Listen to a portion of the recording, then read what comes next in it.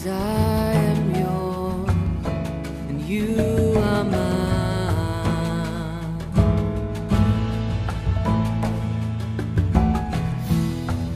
'Cause I am yours and you are mine. You are mine.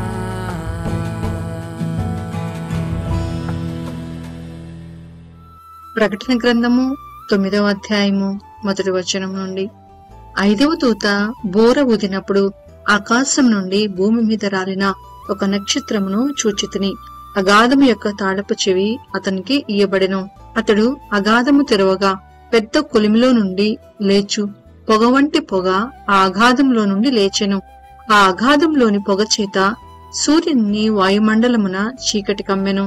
ఆ పొగలో నుండి మిడతలు భూమి మీదికి వచ్చెను. భూమిలో ఉండు తేళ్లకు బలమున్నట్టు వాటికి బలము ఇయ్యబడెను. మరియు నొసళ్ల యందు దేవుని ముద్ర లేని మనుషులకే తప్ప భూమిపైనున్న గడ్డికైనను ఏ మొక్కలకైనను మరే వృక్షముకైనను హాని కలుగ చేయకూడదని వాటికి ఆజ్ఞ ఇయ్యబడెను.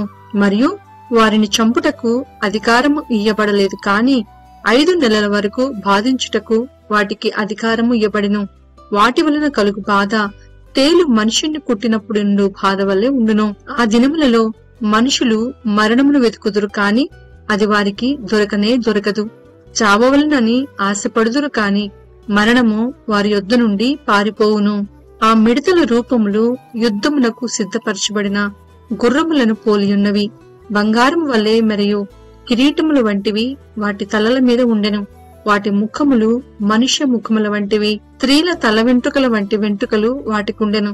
వాటి పండ్లు సింహపు కోరల వలె ఉండెను. ఇనుప మైమరువుల వంటి మైమరువులు వాటికుండెను.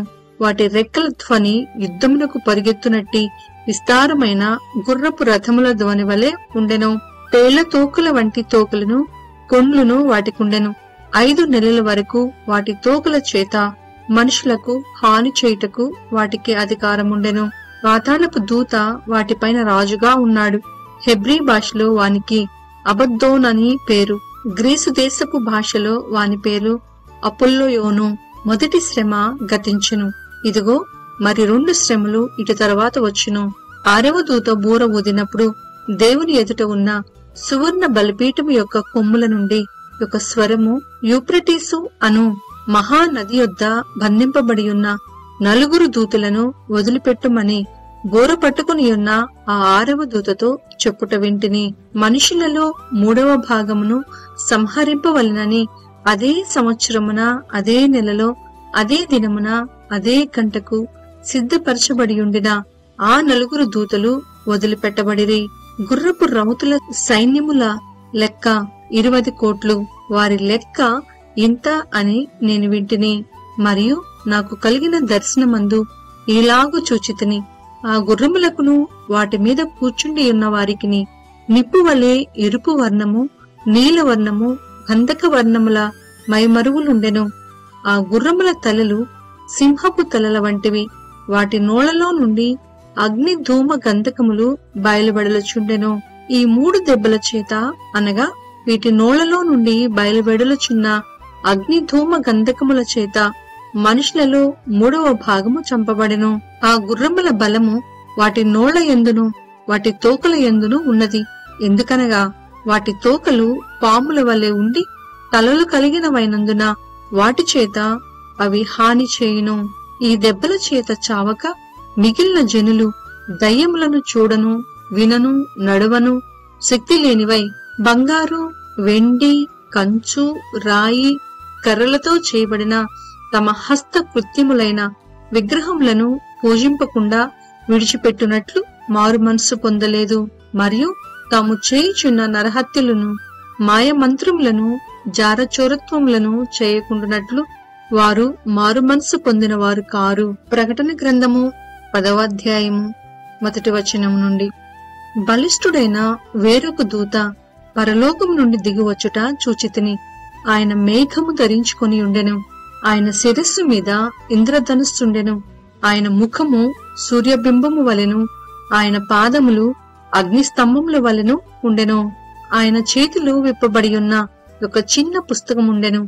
ఆయన తన కుడి పాదము సముద్రము మీదను ఎడమ పాదము భూమి మీదను మోపి సింహము గర్జించున్నట్లు గొప్ప శబ్దముతో ఆర్భాటించెను. ఆయన ఆర్భాటించినప్పుడు 7 ఉరుములు వాటి వాటి శబ్దములు పలికెను. ఆ 7 ఉరుములు పలికినప్పుడు నేను వ్రాయబోవుచుండగా 7 ఉరుములు పలికిన సంగతులకు ముద్రవేయుము, వాటిని వ్రాయవద్దని పరలోకము నుండి ఒక స్వరము పలుకుట వింటిని. మరియు సముద్రము మీదను భూమి మీదను నిలిచియుండగా నేను చూచిన ఆ దూత తన కుడి చెయ్యి ఆకాశము తట్టు ఎత్తి పరలోకమును అందులో ఉన్న వాటిని, భూమిని అందులో ఉన్న వాటిని, సముద్రమును అందులో ఉన్న వాటిని సృష్టించి యుగ యుగములు జీవించుచున్న వాని తోడు ఒట్టు పెట్టుకుని ఇక ఆలస్యముండదు. కాని 7వ దూత పలుకు దినములలో అతడు బూర ఊదబోవుచుండగా దేవుడు తన దాసులకు ప్రవక్తలకు తెలిపిన సువార్త ప్రకారము దేవుని మర్మము సమాప్తమగునని చెప్పెను. అంతట పరలోకము నుండి నేను వినిన స్వరము మరలా నాతో మాటలాడుచు, నీవు వెళ్లి సముద్రము మీదను భూమి మీదను నిలిచియున్న ఆ దూత చేతిలో విప్పబడియున్న ఆ చిన్న పుస్తకము తీసుకొనమని చెప్పుట వింటిని. నేను ఆ దూత ఎద్దుకు వెళ్లి ఆ చిన్న పుస్తకము నాకిమ్మని అడుగగా ఆయన దాన్ని తీసుకొని తినివేయుము, అది నీ కడుపుకు చేదగును, కాని నీ నోటికి తేనె వలె మధురముగా ఉండునని నాతో చెప్పెను. అంతటి నేను ఆ చిన్న పుస్తకమును దూత చేతిలో నుండి తీసుకొని దానిని తినివేసితిని. అది నా నోటికి తేనె వలె మధురముగా ఉండెను, కాని నేను దానిని తినివేసిన తరువాత నా కడుపుకు చేదాయెను. అప్పుడు వారు, నీవు ప్రజలను గూర్చియు జనములను గూర్చియు ఆయా భాషలు మాటలాడు వారిని గూర్చియు అనేక మంది రాజులను గూర్చియు మరలా ప్రవచింపనగత్యమని నాతో చెప్పిరి. ప్రకటన గ్రంథము 11వ అధ్యాయము 1వ వచనము నుండి. మరియు ఒకడు చేతికర్ర వంటి కొలకర్ర నాకిచ్చి, నీవు లేచి దేవుని ఆలయమును బలిపీఠమును కొలతవేసి ఆలయములో పూజించు వారిని లెక్కపెట్టుము. ఆలయమునకు వెలుపటి ఆవరణమును కొలతవేయక విడిచిపెట్టుము, అది అన్యులకియబడెను. వారు 42 నెలలు పరిశుద్ధ పట్టణమును కాలితో త్రొక్కుదురు. నేను నా 2 సాక్షులకు అధికారం ఇచ్చెదను. వారు గోనెపట్ట ధరించుకుని 1260 దినములు ప్రవచింతురు. వీరు భూలోకమునకు ప్రభువైన వాని ఎదుట నిలుచుచున్న 2 ఒలీవ చెట్లను దీపస్తంభములై ఉన్నారు. ఎవడైనను వారికి హాని చేయనుద్దేశించిన ఎడల వారి నోట నుండి అగ్ని బయలువెడలి వారి శత్రువులను దహించివేయును. కనుక ఎవడైనను వారికి హాని చేయనుద్దేశించిన ఎడల అలాగున వాడు చంపబడవలెను. తాము ప్రవచింపు దినములు వర్షము కురవకుండా ఆకాశమును మూయుటకు వారికి అధికారము కలదు. మరియు వారికిష్టమైనప్పుడెల్లా నీళ్లు రక్తముగా చేయుటకును నానా విధములైన తెగుళ్లతో భూమిని బాధించుటకును వారికి అధికారము కలదు. వారు సాక్ష్యము చెప్పుట ముగింపగానే అగాధములో నుండి వచ్చు క్రూర మృగము వారితో యుద్ధము చేసి జయించి వారిని చంపును. వారి శవములు ఆ మహాపట్టణపు సంత వీధిలో పడియుండును. వానికి ఉపమాన రూపముగా సొదమ అనియు ఐగుప్తు అనియు పేరు. అచ్చట వారి ప్రభువు కూడా సిలువ వేయబడెను. మరియు ప్రజలకును వంశములకును ఆయా భాషలు మాటలాడు వారికిని జనములకును సంబంధించిన వారు 3 దినమున్నర వారి శవములను చూచుచు వారి శవములను సమాధిలో పెట్టనీయరు. ఈ 2 ప్రవక్తలు భూనివాసులను బాధించినందున భూనివాసులు వారి గతి చూచి సంతోషించుచు ఉత్సహించుచు ఒకనికొకడు కట్నములు పంపుకొందురు. అయితే ఆ 3 దినములైన పిమ్మట దేవుని యొద్ద నుండి జీవాత్మ వచ్చి వారిలో ప్రవేశించెను. కనుక వారు పాదములు ఊని నిలిచెదరు. వారిని చూచిన వారికి మిగుల భయము కలిగెను. అప్పుడు ఇక్కడికి ఎక్కిరండని పరలోకము నుండి గొప్ప స్వరము తమతో చెప్పుట వారు విని మేఘారూఢులై పరలోకమునకు ఆరోహణమైరి.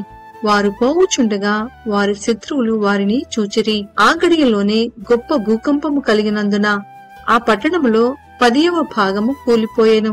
ఆ భూకంపము వలన 7,000 మంది చచ్చిరి. మిగిలిన వారు భయాక్రాంతులై పరలోకపు దేవుణ్ణి మహిమపరచిరి. రెండవ శ్రమ గతించెను, ఇదిగో మూడవ శ్రమ త్వరగా వచ్చుచున్నది. ఏడవ దూత బూర ఊదినప్పుడు పరలోకములో గొప్ప శబ్దములు పుట్టెను. ఆ శబ్దములు, ఈ లోక రాజ్యము మన ప్రభువు రాజ్యమును, ఆయన క్రీస్తు రాజ్యమునాయను. ఆయన యుగ యుగముల వరకు ఏలుననెను. అంతట దేవుని ఎదుట సింహాసనాసీనులగు ఆ 24 పెద్దలు సాష్టాంగపడి దేవునికి నమస్కారం చేసి, వర్తమాన భూతకాలములలో ఉండు దేవుడువైన ప్రభువా, సర్వాధికారి, నీవు నీ మహాబలమును స్వీకరించి ఏలుచున్నావు కనుక మేము నీకు కృతజ్ఞతాస్తుతులు చెల్లించుచున్నాము. జనములు కోపగించినందున నీకు కోపము వచ్చెను. మృతులు తీర్పు పొందుటకును, నీ దాసులకు, ప్రవక్తలకును, పరిశుద్ధులకును, నీ నామమునకు భయపడు వారికిని తగిన ఫలమునిచ్చుటకును, గొప్పవారేమి కొద్దివారేమి, భూమిని నశింపచేయు వారిని నశింపచేయుటకును సమయము వచ్చియున్నదని చెప్పిరి. మరియు పరలోకమందు దేవుని ఆలయము తెరవబడగా దేవుని నిబంధన మందస్సము ఆయన ఆలయములో కనబడెను. అప్పుడు మెరుపులను, ధ్వనులను, ఉరుములను, భూకంపములను, గొప్ప వడగండ్లను పుట్టెను. ప్రకటన గ్రంథము 12వ అధ్యాయము 1వ వచనం నుండి. అప్పుడు పరలోకమందు ఒక గొప్ప సూచన కనపడెను. అదేదనగా సూర్యుని ధరించుకొని ఒక స్త్రీ, ఆమె పాదముల క్రింద చంద్రుడును, శిరస్సు మీద 12 నక్షత్రముల కిరీటమును, ఆమె గర్భిణి అయి ప్రసవ వేదన పడుచు ఆ నొప్పులకు కేకలు వేయుచుండెను. అంతట పరలోకమందు ఇంకొక సూచన కనపడెను. ఇదిగో ఎర్రని మహా ఘట సర్పము, దానికి 7 తలలను 10 కొమ్ములను ఉండెను. దాని తలల మీద 7 కిరీటములుండెను. దాని తోక ఆకాశ నక్షత్రములలో 3వ భాగము నీడ్చి వాటిని భూమి మీద పడవేసెను. కననై ఉన్న ఆ స్త్రీ కనగానే ఆమె శిశువును మింగివేయవలెనని ఆ ఘట సర్పము స్త్రీ ఎదుట నిలుచుండెను. సమస్త జనములను ఇనుపదండముతో ఏలనయ్యున్న ఒక మగ శిశువును ఆమె కనగా, ఆమె శిశువు దేవుని యొద్దకును ఆయన సింహాసనమునొద్దకును కొనిపోబడెను. ఆ స్త్రీ అరణ్యమునకు పారిపోయెను. అచ్చుట వారు 1260 దినములు ఆమెను పోషింపవలెనని దేవుడామెకు ఒక స్థలము సిద్ధపరిచి ఉంచెను. అంతట పరలోకమందు యుద్ధము జరిగెను. మిఖాయేలును అతని దూతలను ఆ ఘటసర్పముతో యుద్ధము చేయవలనని ఉండగా, ఆ ఘటసర్పమును దాని దూతలను యుద్ధము చేసిరి గాని గెలవలేకపోయిరి.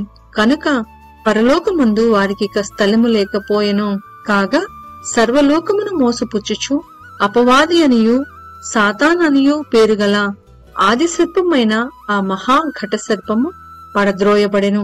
అది భూమి మీద పడద్రోయబడెను. దాని దూతలు దానితో కూడా పడద్రోయబడిరి.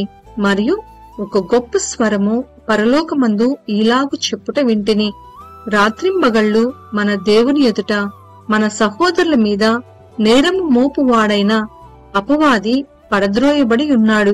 కనుక ఇప్పుడు రక్షణయు శక్తియు రాజ్యమును మన దేవుని వాయను. ఇప్పుడు అధికారము ఆయన క్రీస్తుదాయను. వారు గొర్రెపిల్ల రక్తమును బట్టియు తామిచ్చిన సాక్ష్యమును బట్టియు వానిని జయించి ఉన్నారు.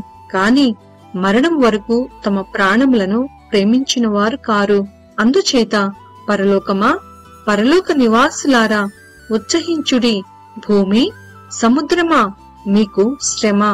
అపవాది తనకు సమయము కొంచెమే అని తెలుసుకొని బహుక్రోధము కలవాడై మీ యొద్దకు దిగి ఆ ఘట సర్పము తాను భూమి మీద పడద్రోయబడి ఉండుట చూచి ఆ మగ శిశువును కనిన స్త్రీని హింసించెను.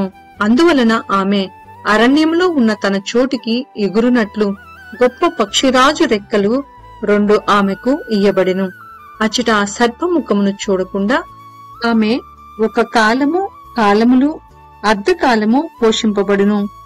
కావున ఆ స్త్రీ ప్రవాహమునకు కొట్టుకొని పోవలెనని ఆ సర్పము తన నోటి నుండి నీళ్లు నదీ ప్రవాహముగా ఆమె వెనుక వ్రెళ్లగక్కెను. కాని భూమి ఆ స్త్రీకి సహకారి అయి తన నోరు తెరిచి ఆ ఘటసర్పము తన నోటి నుండి క్రక్కిన ప్రవాహమును మింగివేసెను. అందుచేత ఆ ఘటసర్పము ఆగ్రహము తెచ్చుకుని దేవుని ఆజ్ఞలు గైకొనుచు యేసును గూర్చి సాక్ష్యమిచ్చుచూ ఉన్నవారైన ఆమె సంతానంలో శేషించిన వారితో యుద్ధము చేయుటకై బయలువెడలి సముద్ర తీరమున నిలిచెను.